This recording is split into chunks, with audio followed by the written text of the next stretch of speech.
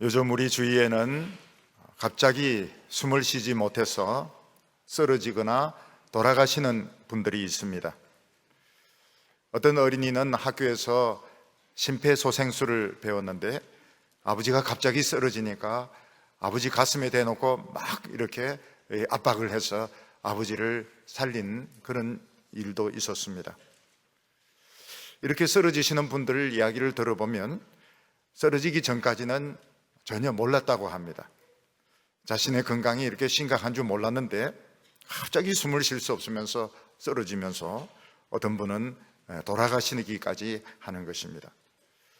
저희 교회에서는 다행스럽게도 여러분들이 미리 건강검진을 받으시고 검사를 해서 혈관 수술을 받으시고 아주 건강하게 사시는 것을 보게 됩니다.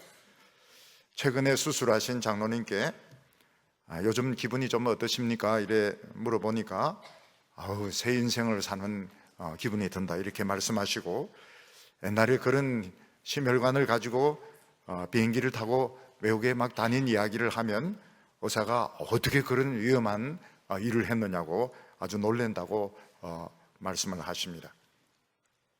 그래서 가끔 가정에서 부부 사이에 병원에 가느냐 가지 않느냐 하는 문제를 가지고 부부 싸움에 그 말다툼을 할 때가 있습니다. 남편이 가슴이 답답하거나 배가 아프다 이러면 부인은 무조건 병원에 가서 검사 받자고 합니다. 남편들은 자존심 있고 귀찮으니까 죽을 병 아닌 다음에는 절대로 병원에 가지 않으려고 합니다. 그래서 부부가 다투게 되는 것입니다. 이런 병원에 가는 문제로 싸울 때 남편이 딱 두 부류로 나누어지게 됩니다. 어떤 남편은 병원에 갈게 이러면서 끝까지 쓰러질 때까지 죽을 때까지 안 가는 그런 남편이 있습니다. 어떤 남편은 화를 빡 내면서 왜 병원에 가자고 그러냐고, 절대로 안 간다고 이러면서 가자 이러면 또 옷 주섬주섬 입고 줏대 없이 또 따라가 가지고 검사를 받아 가지고 또 혈관이 막힌 거, 암이 있는 거 발견해서 수술 받는 그런 남편도 있습니다. 부인에게 정말 미운 남편은 누구고 정말 고마운 남편은 누군가? 사실 그 미운 남편은 아주 싹싹하게 가지 곧 가지 이러다가 끝까지 죽을 때까지 안 가다가 죽는 그 남편이 그 미운 남편인 것입니다. 근데 고마운 남편은 어떤 남편? 빠력 화를 내고 왜 가? 이러다가도 줏대 없이 주섬주섬 옷 입고 따라가 가지고 수술 받아서 안 죽고 오래오래 같이 사는 그 남편이 좋은 남편, 고마운 남편인 것입니다. 병원에 가면 의사는 절대로 직관적으로 판단을 하지 않습니다. 데이터를 가지고 사진을 가지고 이야기하기 때문에 지금 기분이 괜찮다 하더라도 MRI 사진이나 수치가 나쁘면 결국 수술을 받든지 치료를 받아야 되는 것입니다. 근데 우리의 그 심장 상태, 심혈관이나 암이 생기는 것보다 훨씬 더 심각한 것이 뭔가 하면 바로 이 죄의 상태입니다. 최근 우리 사회에서 남자들이 그 저지른 죄 때문에 그냥 한순간에 누군가 입 한번 뻥긋하니까 한평생 쌓아올린 그 성공, 명성 다 무너지고 가정도 다 파괴되고 자기 인생도 망하는 이런 일들을 우리 눈앞에 보고 있습니다. 이거는 심혈관보다도, 이건 암보다도 훨씬 더 치명적인 결과를 가져오고 있는데, 사람이 얼마나 미련한가 하면, 저 자신을 포함해서 모든 사람들이 얼마나 미련한가 하면, 그 쓰러지기 전까지는 아마 괜찮겠지 이러면서 미련을 부리면서 살아가고 있는 것입니다. 지금 예수님이 말씀하고 있는 것이 무엇입니까? 모든 사람들에게 빨리 죄의 진찰을 받으라는 것입니다. 빨리 죄의 진찰을 받고 빨리 죄의 수술 받고 빨리 새로운 인생을 살아라. 근데 사람들은 하죠 이러면서 민기적거리면서 말씀을 순종을 안 하는 것입니다. 얼마 전에도 미국의 어느 고등학교에서 퇴학을 당한 학생이 총을 들고 교실에 들어와서 학생들을 많이 쏘아 죽였습니다. 근데 주위에 있는 몇몇 사람들이 그런 위험성을 알고 신고를 했는데도 FBI가 묵살을 하는 바람에 많은 학생들이 죽었다. 이 FBI가 책임을 져야 되는 거 아니냐. 지금 그래서 말이 많은 것입니다. 사람들은 자기가 쓰러지기 전까지는, 눈앞에서 일이 터지기 전까지는 그 위험성을 깨닫지 못하고 자꾸 민기적거리면서 지금 자기 눈앞에 돈 버는 거, 자기 지위를 누리는 거, 여기에 집착을 하고 있는 것입니다. 근데 이 위험성을 제일 정확하게 아시고 이걸 치료하실 수 있는 분이 바로 예수님이십니다. 예수님이 말씀하시는 건 빨리 죄의 진찰을 받고 인생의 치료를 받아라, 새 인생을 살아라. 그런데도 예 하면서 민기적거리다가 결국은 망한다는 것입니다. 오늘 첫 번째로 우리가 하나님의 말씀의 권위를 인정하느냐 안 하느냐 하는 문제를 예수님은 질문을 하고 있습니다.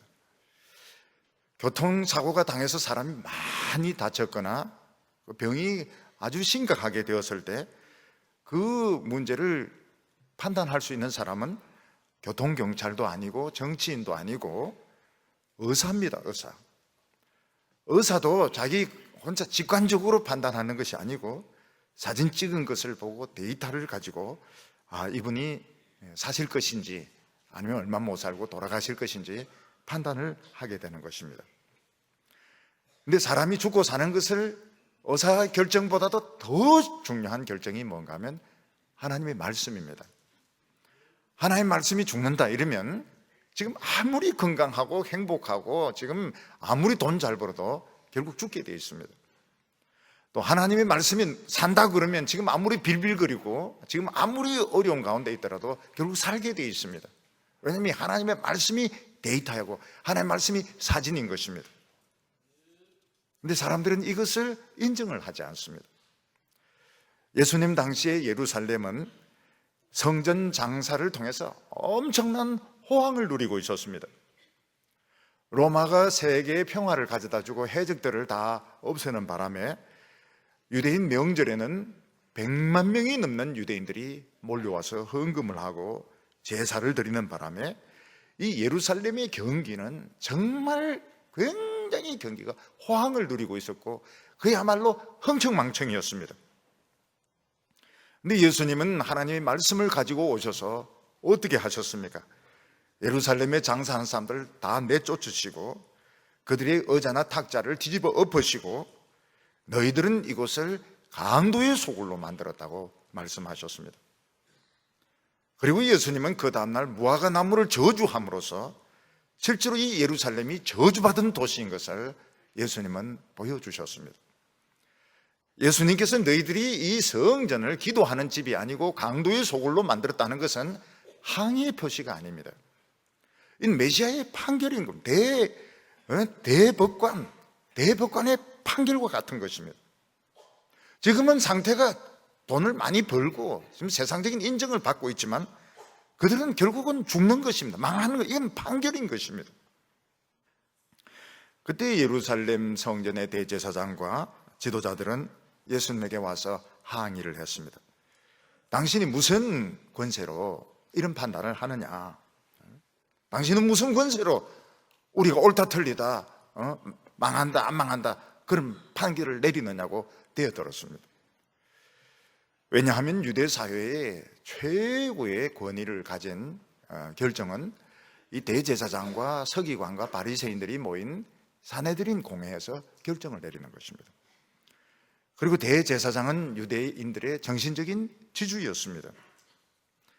지금 성전에서 지금 장사하는 것은 사내들인 공회가 다 묵인을 해서 하는 것이고 오히려 대제사장이 주도를 해서 이걸 하고 있는 것입니다.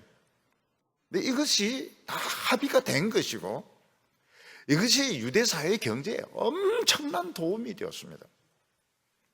그러나 예수님께서는 하나님 말씀을 들고 와서 너희들이 하는 짓은 강도짓이고 너희들은 저주받았다 이런 판결을 내리니까 굉장히 반발을 하는 겁니다. 무슨 자격으로 와가지고 우리 이 합법적으로 장사하는 것을 정말 우리 유대 사회에 도움이 되고 이익이 되는 이것을 너는 방해를 하고 저주하고 판단을 하느냐 하면서 되어들었습니다. 그때 예수님은 직접적으로 대답하지 않습니다. 대답해봐야 말꼬리 잡고 늘어질 거기 때문에 예수님은 대답을 안 하십니다. 나도 한 가지 좀 물어보자. 너희들도 물어보는데 나도 한 가지 물어보자. 그게 뭔가 하면 세례 요한이 사람들에게 세례를 준 것이 하나님이 허락하신 것이냐 지 맘대로 한 것이냐 그거 한번 대답 한번 들어보자 이렇게 말했습니다. 이런 세상에는 다 권위를 가진 사람이 있기 때문에 질서가 유지가 되는 것입니다. 일단 사람들이 자동차를 운전하면 제일 권위를 가진 사람은 교통경찰입니다. 아무리 자기가 뭐 깡패고 자기가 사장이고 지위가 높다 하더라도 일단 교통경찰이 있으면 속도를 줄입니다. 법을 지킵니다. 왜냐하면 딱지가 무섭기 때문입니다. 그럼 병원에서 환자가 지금 수술을 받느냐 안 받느냐 사느냐 죽느냐 하는 것은 이건 뭐 정치인이 결정하는 것도 아니고 무슨 학교 선생님이 결정하는 것도 아니고 이것은 담당 의사가 이거 판단을 내리는 것입니다. 또 사회에서는 많은 사람들이 지지를 하고 또 직위가 높으면 높을수록 권위를 가집니다. 그래서 정치하는 사람은 죽으나 사나 대권을 차지하려고, 대권만 차지하면 뭐 장관들, 비서들 뭐 싹 다 갈아치울 수 있기 때문에 죽으나 사나 대권을 차지하려고, 대권 차지하면 지 맘대로 나라를 좌지우지하게 되는 것입니다. 그런데 일단 하나님의 말씀을 들은 사람, 예배를 드리는 사람에게 있어서는 최고의 권위를 가진 것은 하나님의 말씀입니다. 그거를 사람들은 뭐 인정하든 인정 안 하든 그거를 어느 정도 인식을 하고 있습니다.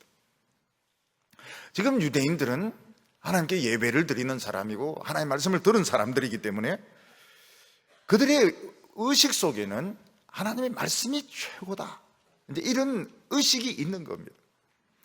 세례 요한은 학벌이 없는 사람입니다. 세례 요한은 사회적인 직책이 없는, 아예 사회생활을 해본 적이 없는 사람입니다. 그럼에도 불구하고 세례 요한이 강단이 어디 있습니까? 들판에서 설교하는데 사람들이 구름대처럼 몰려들었던 것은 그에게 하나님의 말씀의 권위가 있었기 때문입니다.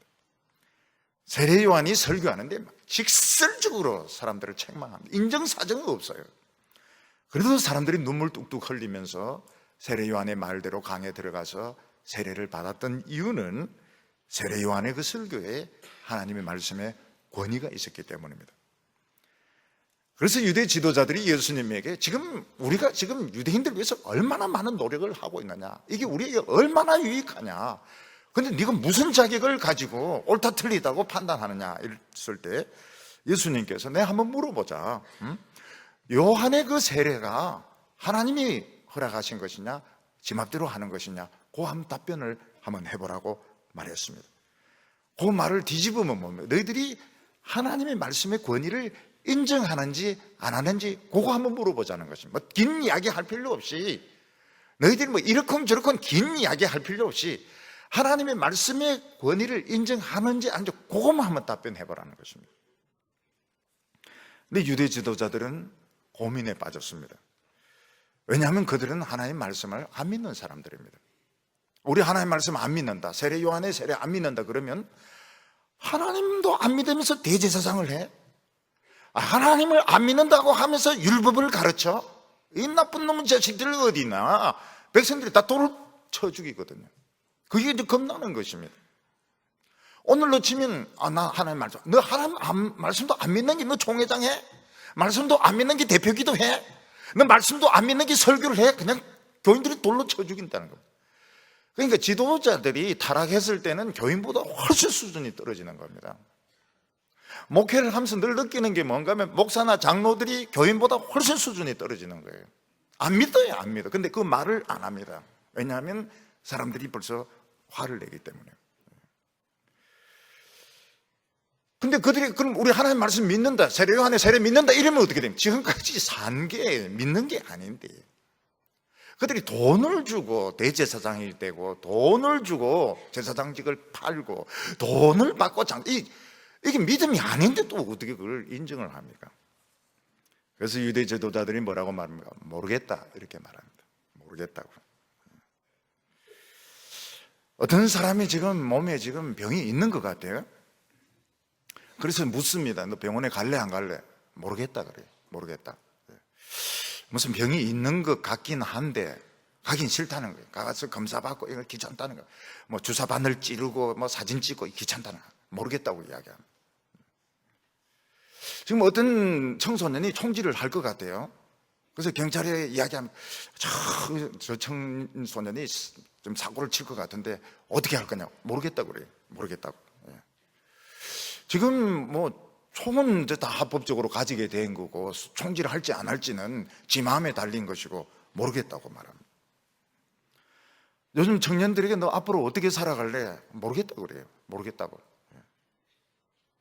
처녀들에게 결혼할 거냐 어떻게 할 거냐 모르겠다고 그래요. 하긴 해야 될 것 같은데 사람도 없고 나타나지도 않고 모르겠다고 그래요. 오늘 교인들도 보면 신앙이 무슨 신앙입니까? 모르겠다 신앙입니다. 모르겠다 신앙. 지금 이제 현실을 따라가고 있긴 있는데 포기하려니까 아깝고 또 하나님의 말씀만 잡으려니까 답답하고 그냥 모르겠다는 게 모르겠다. 그냥 지금 해온 대로 그냥 살아가겠다는 것입니다. 지금 유대 지도자들은 성전 장사라고 하는 엄청난 그 이익이 있습니다. 그런데 다른 쪽에서 예수님은 하나님의 말씀을 들고 와서 틀렸다고 이야기합니다. 틀리고 너희들 죽었다. 너희들 꼭 죽는다고 이야기합니다. 그리고 예수님이 묻습니다. 너희들이 하나님의 말씀을 인정하냐? 모르겠다고 그래요. 모르겠다고. 사람들 눈치를 보니까 뭐 인정하는 것 같이 해야 될 것 같은데 자기들은 그렇게 안 살고 있고 살고 싶지가 않는 거 모르겠다고 그래요. 오늘 지금 우리들은 현실에 막 휩쓸려 가고 있습니다. 현실이라는 이 파도에 막 휩쓸려 가고 있어요. 세속주의에 무슨 사상적인 이런 문제에 막 휩쓸려 가고 있습니다. 그렇다고 해서 하나님의 말씀만 잡으려고 하니까 이게 또 너무 융통성이 없는 거예요. 모르겠다고. 기도하면서 뭐라고 기도하면 모르겠습니다 하나님 이러면서 기도합니다.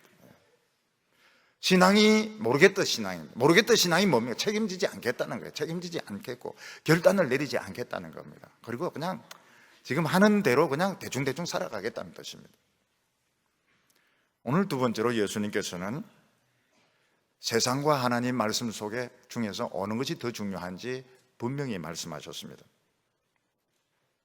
예수님께서는 지금 이 세상에 이런 이익과 또 하나님의 말씀, 세상의 이익은 굉장히 큽니다. 하나님의 말씀은 너무 작아요. 그렇지만 뭔가 부정할 수가 없는 이 사이에서 모르겠다 이렇게 대답하는 유대 지도자들과 유대 백성을 향해서 두 가지 비유를 들어서 말씀하셨습니다. 하나는 무엇인가 하면 두 아들을 둔 아버지 비유입니다. 어떤 아버지에게 두 아들이 있었는데 큰 아들은 매너가 아주 좋았고 사람이 아주 싹싹한 사람이었습니다. 근데 마음은 굉장히 질기고 마음속은 아주 성격이 강하고 아버지를 사실 우습게 하는 아들이었습니다. 매너는 굉장히 좋지만 중심은 굉장히 지독한 그런 아들이 있었습니다. 또 다른 아들은 작은 또 둘째 아들은 매너가 또 없어요. 굉장히 좀 불순하고 그런 아들이었는데 또 마음속으로는 또 조금 아버지에 대한 정이 있는 이런 아들이 있었습니다. 고분고분하지가 않아요. 고분고분하지는 않는데 좀 정은 있는 이런 아들이 있었습니다. 어느 날 아버지가 두 아들에게 밭에 가서 일을 하라고 했습니다. 너희들 오늘 밭에 가서 일을 해라. 그러니까 큰 아들은 매너가 아주 좋아요. 네 아버지 가서 일을 하겠습니다. 아주 싹싹하게 대답을 했습니다. 아버지는 기분이 굉장히 좋았죠. 대답을 사근사근하게 하니까 기분이 굉장히 좋았습니다. 네 아들은 안 갑니다. 대답만 사근사근하게 하지 안 갑니다. 그런데 이 둘째 아들은 어떻습니까? 매너가 별로 안 좋아요. 늘 좀 툴툴거립니다. 아버지가 밭에 가서 일해라니까 아버지 내가 미쳤다고 밭에 가서 일을 해요? 안 가요. 그러면서 아버지 기분을 확 상하게 하는 겁니다. 그리고 좀 시간 지나면서 아들이 좀 고민을 합니다. 내가 이렇게 계속 아버지 마음을 아프게 해서 내가 무슨 유익이 있겠어? 가서 일을 해야지. 그래서 마음을 바꿔가지고 밭에 가서 더 열심히 땀을 흘리면서 일을 한 것입니다. 어느 아들이 좋은 아들입니까? 싹싹하게 매너 좋게 네 아버지 이러면서 아버지 기분 나쁘지 않게 해놓고 안 하는 아들, 지멋대로 하는 아들하고 아버지 맨날 일만 시켜요. 짜증나게 이러놓고 가서 일하는 아들하고 어느 아들이 좋은 아들일까요? 둘 다 나쁜 놈입니다. 둘 다 나쁜 아들이에요. 싹싹하고 말 좀 잘 들으면 어떻습니까? 근데 그런 아들이 없는 게 문제인 겁니다. 그런 아들이 없어요. 그래서 예수님께서 어떤 아들이 좋은 아들이냐 이건 묻지 않습니다. 둘 다 나쁜 놈이기 때문에 어떤 아들이 아버지의 뜻대로 순종한 아들이냐 이렇게 물어봅니다. 그랬더니 유대인들 자신이 이야기를 합니다. 처음에는 불순종했지만 순종한 아들이 아버지의 뜻대로 행한 아들입니다. 그렇게 이야기를 합니다. 근데 그리스 성경을 보면 반대로 되어 있습니다. 그리스 성경에는 첫째 아들이 순종하는 그 말 안 듣는 아들로 되어 있고 둘째 아들이 대답은 잘하고 불순종한 아들로 되어 있습니다. 그래서 우리 성경이 바로잡아 있습니다. 그래서 그리스 성경도 완전하지는 않아요. 그리스 성경도 사본이기 때문에 이 부분에 있어서는 정반대로 되어 있습니다. 그런데 우리 성경은 이걸 바로잡아 놨어요. 그래서 그리스 성경이라고 해서 완벽하지는 않습니다. 아버지도 인간이기 때문에 처음에 싹싹한 아들이 좋았어요. 네, 상글상글 웃으면서 네, 아버지 하겠습니다 이러놓고 지맛대로 막 행동을 한 겁니다. 처음에는 기분이 좋았어요. 근데 나중에 이제 보니까 이 아들이 지멋대로 해버린 거예요. 그러니까 아버지가 믿어지지가 않는 겁니다. 아니, 이 아들이 나를 얼마나 우습게 알았으면 처음에는 그래 싹싹하게 해놓고는 나중에 지멋대로 나중에 이야기를 다 들으니까요. 아버지가 밤잠을 자지 않고 고민을 하는 거예요. 저놈이 나를 배신할 수 있는가? 저놈이 어떻게 나를 저렇게 배신할 수 있는가? 아버지가 밤에 잠을 자지 않고 고민을 합니다. 밤에 잠을 자지 않고 고민한다는 건 뭘 의미하고 있습니까? 늙어가고 있는 증거입니다. 그래서 우리 성도님도 밤에 잠 안 자고 내가 지금 늙어가고 있구나. 그걸 깨달으시길 바랍니다. 지금 노인이 되고 있는 증거입니다. 아버지가 배신당한 기분이 들어서 굉장히 막 속이 막 끓는 겁니다. 속이 막 끓어요. 근데 둘째 아들은 그냥 포기했습니다. 저놈은 원래 저런 놈이니까 아예 그냥 기대도 안 했습니다. 아니, 그 놈이 가서 일을 하는 거예요. 그 아버지가 뭐라고 생각합니까? 아버지가 뭐라고 이야기합니까? 오래 살고 볼 일이야 이러면서 해가 서쪽에서 뜨겠네. 해가 서쪽에서 뜨겠네. 오래 살고 볼 일이야. 세상에 세상에 이런 일이 다 있네. 그러면서 아버지 마음속에 그 아들에 대한 신뢰가 다시 생기게 된 것입니다. 예수님은 이렇게 말씀하셨습니다. 21장 31절 하반절에 내가 진실로 너희에게 이르노니 세리와 창녀들이 너희보다 먼저 하나님의 나라에 들어가리라. 유대인들 대제사장과 바리새인과 서기관은 어떠서 하나님 말씀을 네 하나님 네 알겠습니다. 그래서 제사도 참 많이 드리고 금식도 하고 안식일도 지키고 그리고 지멋대로 삽니다. 절대로 말씀 안 듣습니다. 세리와 장녀들 하나님 말씀 안 듣습니다. 듣기 싫어. 우리 돈 벌어야 돼. 우리 엄난한 짓을 해야 돼. 그러다가 세례 요한이 와가지고 그러면 안 된다고. 참 세례 요한이 막 불을 토하듯이 설교하고 이러니까 참 우리가 이러면 안 되지. 그래서 세리들은 세례받고 장녀들은 세례를 받으라는 것입니다. 그래서 예수님이 뭐라고 말씀하시면 교회에서 직책이 뭐고 얼마나 오래 믿었고 태도가 얼마나 필요 없다는 겁니다. 필요 없고 지금까지 어떻게 살 지금 말씀 듣고 지금 순종하는 그 사람이 하나님 나라에 먼저 들어간다는 겁니다. 먼저 하나님 나라의 우선권을 가지는 겁니다. 하나님의 축복과 능력에 우선권을 가진다고 말하고 있습니다. 여기서 아버지가 밭에 가서 일해라 이렇게 되어 있지만 만약 아버지가 병원에 가서 진찰 받아봐라 이렇게 말했다면 네 가죠 뭐 언젠가는 가겠어요 이러면서 죽을 때까지 안 간 아들은 그게 손해인 겁니다. 아버지에게 또 병원 가서 바늘에 찔리라고요, 사진 찍으라고요, 또 대기해라고요. 네 절대로 안 가요. 그러다가도 옷 주섬주섬 입고 가가지고 검사 받고 수술 받으면 그 사람이 사는 거라고 말하고 있습니다. 예수님은 두 번째 비유에서 엄청난 포도원 비유를 말씀하셨습니다. 어떤 주인이 있었는데 굉장히 큰 포도원을 만들었습니다. 그리고 농부들에게 세를 주고 외국으로 떠났습니다.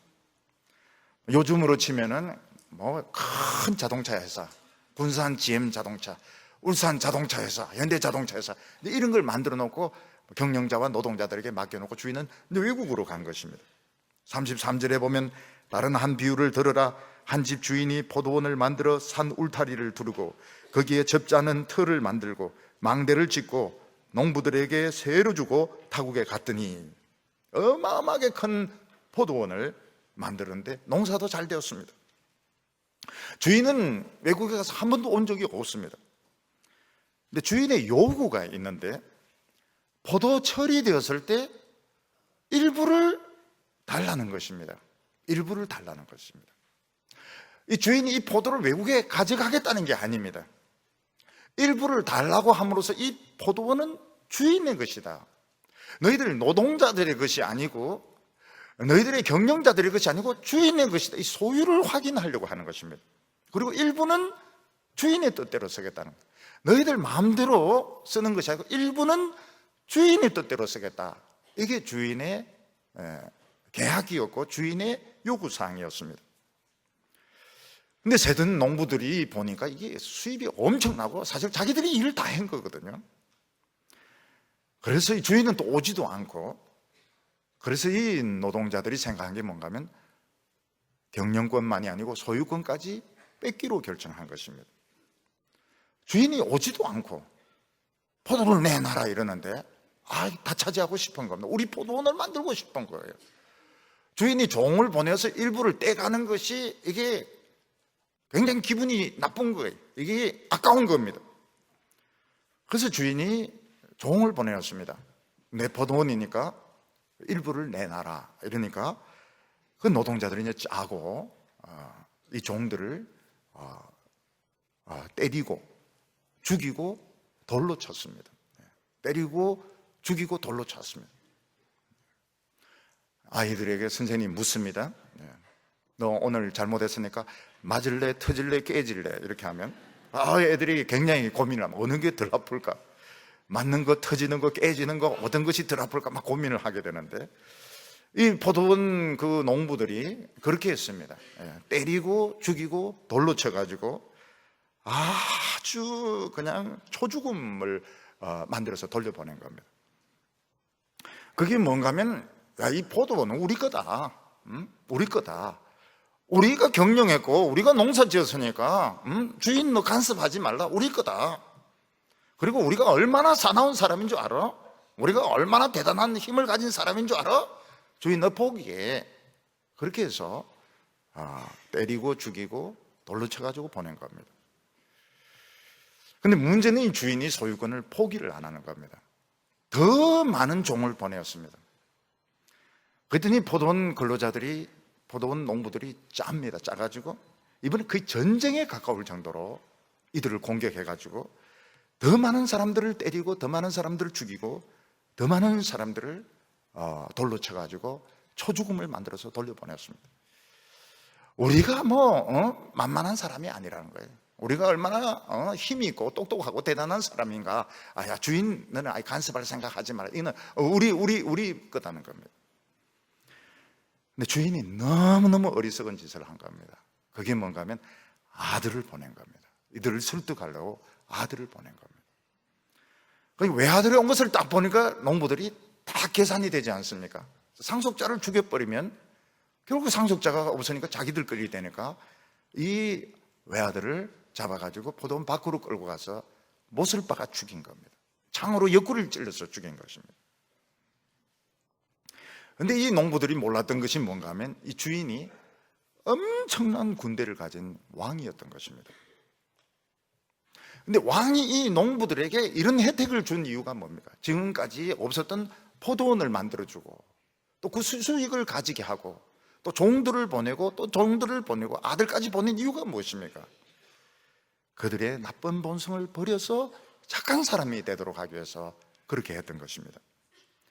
그러니까 이 주인이 원하는 것은 수입이 아닙니다. 경영 간섭이 아닌 겁니다.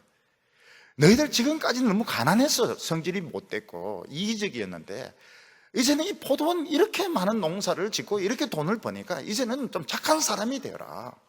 이제는 주인의 말씀대로 좀 사는 사람이 되어라. 여러분, 주인이 외아들 보낸 거, 뻔히 죽일 수도 있는 줄 알면서 외아들 보낸 건 얼마나 바보입니까? 근데 주인은 이들이 변하기를 바랬던 것입니다.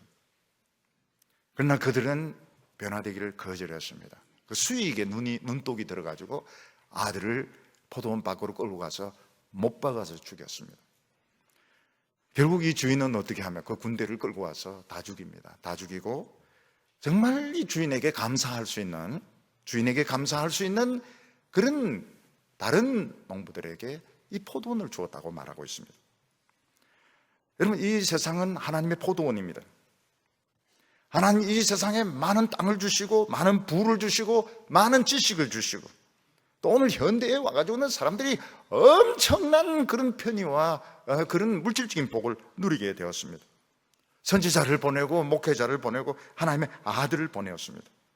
그렇게 한 이유가 무엇입니까? 그것은 좀 착한 사람 되라고. 이제는 돈 욕심은 그만 내고 지식 욕심 그만 내고 자리 욕심 그만 내고 이제는 좀 착한 사람 되고 하나님 말씀에 한번 순종해 보라고 그렇게 복을 많이 주셨던 것입니다. 하나님의 제일 큰 배신감은 유대인들에 대한 것이었습니다. 하나님은 유대인들을 그렇게 사랑해서 말씀을 주시고 기적을 주시고 예배를 주시고 특권을 주셨습니다. 근데 그들은 선지자들 다 죽였습니다. 나중에 아들까지 못 박아 죽였습니다. 처음엔 싹싹했습니다. 하나님 무슨 말씀? 네 하나님, 매너도 좋습니다. 매너도 좋고 뭐 예배도 너무너무 잘 드리고 헌금도 잘하고 금식도 하고 속의 중심은 어떻습니까? 중심은 물질적인 욕심이 세상 야망의 욕심이 꽉 차 있어서 아들까지 죽인 것입니다.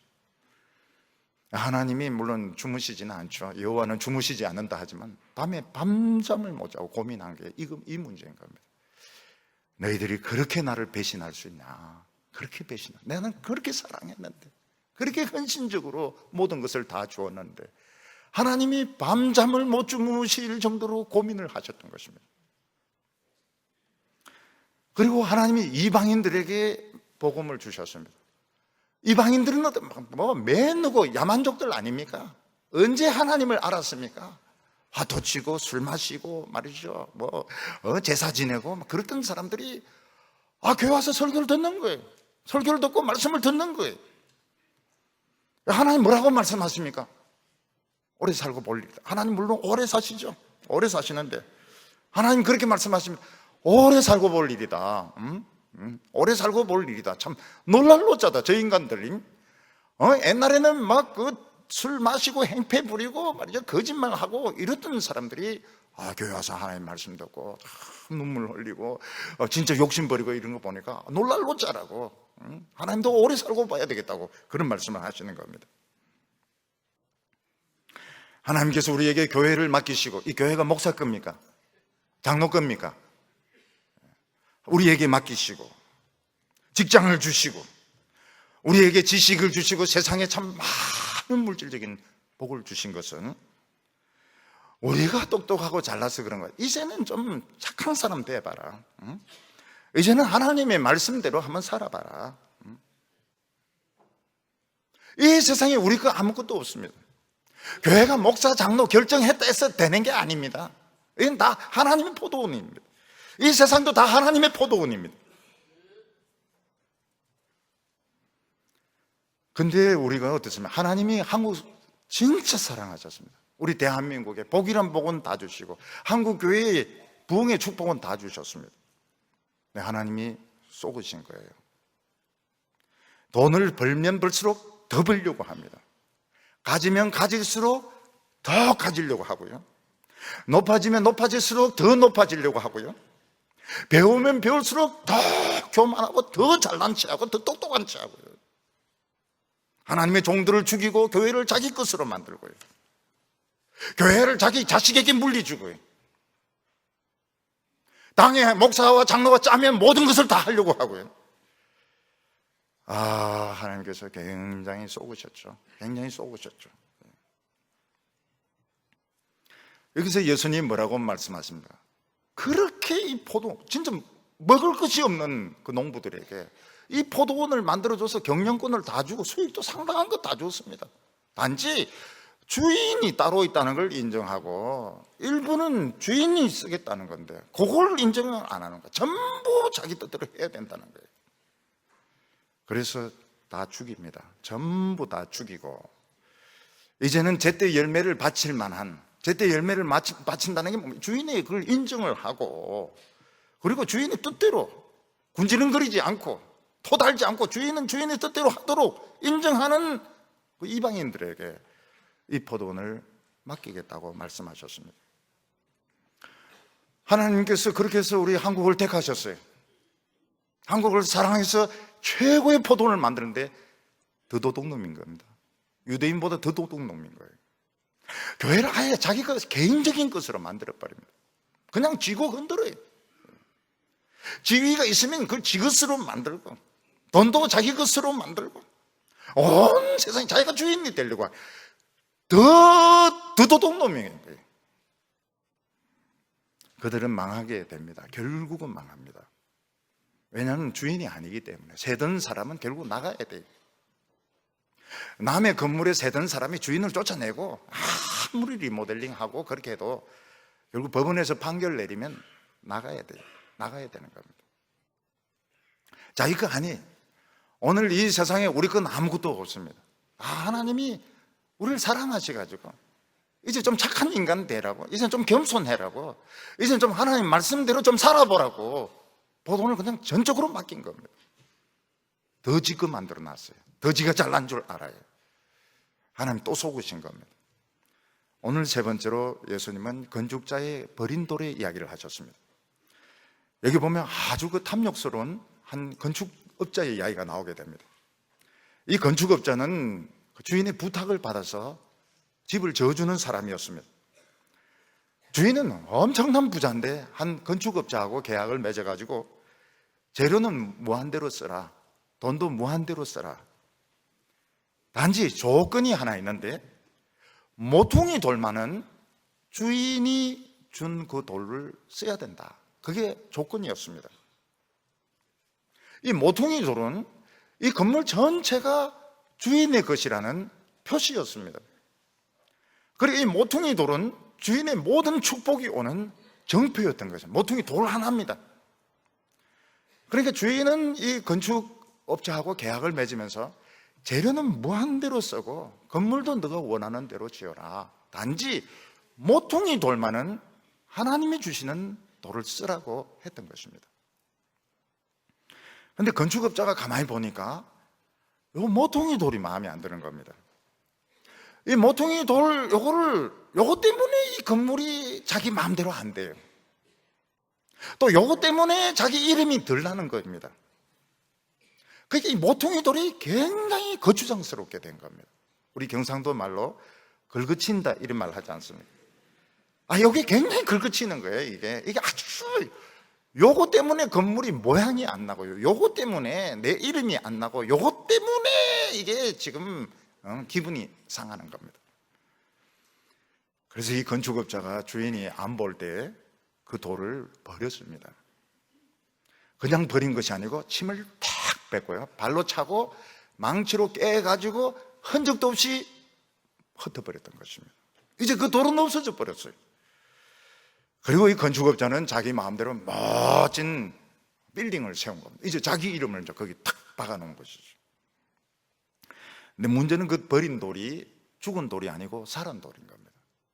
깨면 깰수록 커집니다. 많아집니다. 침 뱉고 발로 차면 찰수록 더 많아지는 겁니다. 그래서 이 버린 돌이 이게 중심이 돼서 굉장히 견고한 성전이 된 겁니다. 그 성전이 두 개가 세워진 겁니다. 하나는 건축업자가 자기 이름으로 세운 것이고, 하나는 버린 돌이 세워진 것이고, 두 개의 성전이 있게 된 것입니다. 42절에 보면 예수께서 이르시되 너희가 성경의 건축자들의 버린 돌이 모퉁이의 머릿돌이 되었나니 이것이 주로 말미암아 된 것이요 우리 눈에 기이하도다. 에티오피아에 가면 아주 신기한 예배당이 있습니다. 그 예배당이 뭔가 하면 겉으로 보면 그냥 아무것도 없습니다. 큰 바위인데 바위를 위에서 밑으로 쪼아 내려가 가지고 굉장히 크고 완벽한 예배당, 성전을 이 에티오피아 사람들이 지어 놓은 것입니다. 아주 큽니다.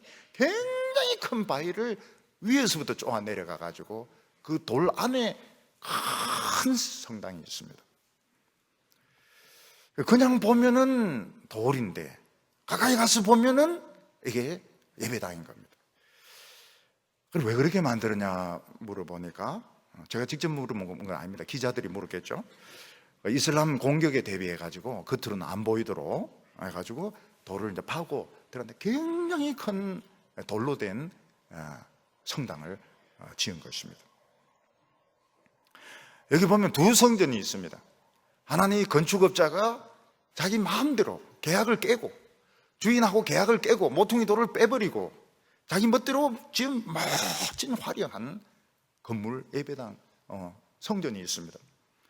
또 하나는 침뱉음을 당하고 발로 채임을 당하고 바위로, 망치로 깨어져서 산산이 부서졌던 이 돌이 살아가지고 커져가지고 만들어진 바위로 된, 완전한 바위로 된 또 성전이 있는 것입니다. 근데 잠시 후에 하늘에서 돌루박이 떨어지게 됩니다. 돌 30kg, 100kg 되는 돌루박이 떨어지게 됩니다. 그때 어떻게 됩니까? 이 버려진 돌은 완벽한 돌덩어리이기 때문에 안 깨어집니다. 그렇지만 멋을 부려서 지은 이 건축자의 이 건물은 박살이 나고 거기에 있는 인간들은 전부 돌에 깔려가 터져 죽든지 머리가 맞아서 죽게 되는 것입니다. 44절에 이 돌 위에 떨어지는 자는 깨어지겠고 이 돌이 사람 위에 떨어지면 그를 가루로 만들어 흩으리라. 잠시 후에 돌루박이 떨어지는데 30kg, 100kg, 1톤짜리 돌루박이 떨어지는데 모든 집들은 다 부서지는 겁니다. 그리고 모든 인간들은 머리가 터지고 배가 터져서 다 죽는 것입니다. 오직 딱 하나, 버림받았던, 건축자가 버렸던 그 돌, 그 침뱉음을 당하고 망치에 맞고 창에 찔렸던 그 돌은 큰 돌이 되는데 그 돌 안에 굴이 뚫려 있는 겁니다. 굴이 뚫려 있고 그 안에 성전이 있는데 거기 들어가 있는 사람은 안 죽습니다. 한 명도 안 죽습니다. 그리고 그 안에서 생수가 흘러나왔어요. 목마른 사람들은 그 물을 마실 수 있고 병든 사람들은 치료를 받을 수 있고 그 안에 일용할 양식이 있으며 그 안에 하나님 주시는 축복이 있었던 것입니다. 그래서 찬송가 중에도 만세 반석 열리니 내가 들어갑니다. 오늘 우리가 사는 이 직장, 오늘 이 사회, 여기 안주하면 안 됩니다. 모르겠다 이렇게 하면 안 돼요. 지금 어떻게 신앙생활을 하고 있습니까? 지금 뭐 믿고 있습니까? 하나님의 말씀을 믿고 있습니까? 세상의 타이틀 믿고 있습니까? 모르겠습니다. 모르겠습니다 하면 돌루박에 죽는 겁니다. 대답을 분명히 해야 돼요. 대답을 분명히 해야 됩니다. 돌루박에, 오늘은 미사일, 핵무기 떨어뜨리면 콘크리트 10m 밑에 들어가야 됩니다. 10m 밑에. 이 돌 속에 들어가야 됩니다. 어제 텔레비전을 이렇게 잠깐 보니까 무슨 가수들이 무슨 라면 끓이고 뭐 이런 것들 나와요. 그 제가 아내인데 물어봤습니다. 저 사람들 돈 많이 벌었냐 이러니까 많이 벌었을 거라고 그래요. 얼마나 벌었을까 모르겠다 그래요. 그래서 제가 그 이야기했습니다. 저 사람들 못 죽겠네. 못 죽겠네. 돈 그래 많이 벌었는데 어떻게 죽습니까? 꼴까닥 하면 어떻게 돼요? 끝까지 살아야죠. 끝까지 살아가지고 천년 만년 살아가지고 그 돈 다 끝까지 지켜야 되죠. 여러분 돈 우리 지켜주지 못합니다. 돈 필요가 없어요. 돈 필요 없어요. 오늘 지금 우리가 살아있는 거 이보다 더 중요한 거 없습니다. 돈 우리 행복 지켜주지 못해요. 저 사람 돈 수백억 남기고 죽었다 해가지고 좋아할 사람은 그 자식들밖에 없습니다. 아무도 알아주지 않습니다. 천국 가서 아브라함이 알아주겠습니까? 아브라함이 그래 뭐 몇백억이나 남겼다며 뜨거운 데 가라고. 평소에 찜질방 많이 가더만은 그 좀 들어가라고. 한국 사람들 지옥 잘 견딜 겁니다. 찜질방 워낙 많이 가가지고. 돈 필요 없어요. 타이틀 필요 없습니다. 지금 아직 안 아팠어. 지금 실감이 안 나죠. 한번 아파 보세요. 다 귀찮습니다. 전부 다 귀찮습니다. 차도 옷도 필요 없습니다. 옷 그래 많아봐야 못 입어. 환자복 입어야 되는데요. 아무리 이뻐도 환자복 입고는 몸매가 안 납니다. 양복을 어디에 있습니까? 양복을 못 입어요. 죽느냐 사느냐 그 기로에서 돈 필요 없습니다. 돈 병원에 다 들어갑니다. 병원비. 우리 한국 사람들 열심히 돈 벌어가지고 병원에 다 들어가요. 병원에 다 들어가고 이제 끝에 꼴가닥 하는 겁니다. 지금 내가 살아있고, 내가 지금 행복하고, 지금 예배드리고, 지금 이게 중요한 것입니다. 돈, 필요가 없어요. 행복하세요. 명령입니다. 담임 목사 명령입니다. 행복해라고요. 교인들도 그걸 원한다 그래요. 우리 목사님 행복했으면 좋겠다고. 진심으로. 맞아요. 우리 행복해야 돼요. 우리 지금 살아있고요. 우리 행복해야 되고요. 그러려면은 이 엉터리 건축업자, 그 세련된 건축업자 믿으면 안 됩니다. 천하에 믿을 수 없는 인간이 이 건축업자입니다. 돌루박이 떨어졌을 때 성경이 말하고 이 돌 위에 떨어지는 자는 깨어지겠고 이 돌이 사람 위에 떨어지면 가루로 만들어 흩으리라. 돌루박이 떨어지는데 불루박이 떨어지는데 아무도 살지 못합니다. 만세반석 예수 그리스도 안에 들어간 자만이 살아남을 수 있습니다. 우리가 이 만세반석 예수님 안에 들어간 증거가 무엇입니까? 돈 별로 중요하지가 않아요. 세상 타이틀 중요하지. 이제 이 중요하지 않아요. 이제는 내가 말씀 듣고 믿음으로 사는 게 중요합니다. 그럴 때 표정이 달라집니다. 눈에 도끼가 빠져요. 우리가 그런 말 하지 않습니까? 저 인간 이제 눈에 도끼가 빠졌네. 그게 다른 말로 말하면 은혜 받았다는 뜻입니다. 눈에 도끼가 빠졌어요. 그리고 말이 부드러워진 겁니다. 어떻게 말을 하더라도 남의 속을 오장육부를 뒤집어 놓는 그런 소리 하다가 남을 이제 배려하는 말을 하면 그 사람은 반석 안에 들어와 있는 거예요. 사람을 대한 태도가 달라집니다. 오만합니다. 오만하고 그칠고 진짜 사람이 참 공격적이고 근데 바보가 되어버렸어요. 반석 안에 들어와 있는 것입니다. 여기 43절에 그러므로 내가 너희에게 이르노니 하나님의 나라를 너희는 빼앗기고 그 나라의 열매 맺는 백성이 받으리라. 교회를 크게 부흥시키 놓고 내꾸로 만든 그 목사님, 그 장로님들은 이 나쁜 농부들입니다. 나쁜 농부들입니다. 하나님이 그런 축복을 주신 것은 이젠 좀 착한 사람 되라고, 이젠 좀 만족해라고, 이젠 그만 욕심 부리라고, 이젠 좀 겸손할 줄 알아라고. 열매 맺는 사람, 열매가 이 열매인 겁니다. 표정이 달라지고 언어가 달라지고 바보처럼 행하고 이 사람이 반석 위에 들어있는 사람인 겁니다. 하나님이 진노하시는 날에 이 멋진 세상 건물, 인간이 지으는 건물 싹싹하죠. 대제사장 싹싹하죠. 매는 좋지요. 다 멸망했습니다. 다 멸망했어요. 오늘 우리 성도님들 예수님의 반석 안에 들어가시기 바랍니다. 오늘 딴 거 아무것도 믿지 마세요. 오늘 아무것도 믿지 마세요. 예수님의 말씀만 믿고, 오늘 내가 살아있는 거 믿고, 오늘 말씀 들은 거 이거 믿고, 돌루박 물리치고 불루박 물리치고 영생의 축복을 누리는 성도들 다 되시기를 바랍니다. 기도드리겠습니다. 거룩하신 하나님 아버지, 우리에게 예수님을 보내어 주셔서 감사합니다. 하나님께서 우리 한국 교회와 한국 사람들을 이토록 사랑하셨지만 악한 농부가 되어서 더 가지면 가질수록 더 욕심을 부리고 높아지면 높아질수록 더 교만해지고 교회가 부흥되면 부흥될수록 더 탐욕적으로 이렇게 변해서 하나님의 마음을 아프게 했습니다. 오늘 이 시간 저희들이라도 예수님 안에 들어가게 하여 주시옵소서. 이제 그만 돈 밝히게 하여 주시고 그만 잘난 체 하게 하여 주시고 우리가 바보같이 하나님 말씀 믿고 이 만세 반석 안에서 불루박 피하고 돌루박 피하고 영생의 축복을 누리는 성도들 되게 하여 주시옵소서. 예수님의 이름으로 기도하옵나이다.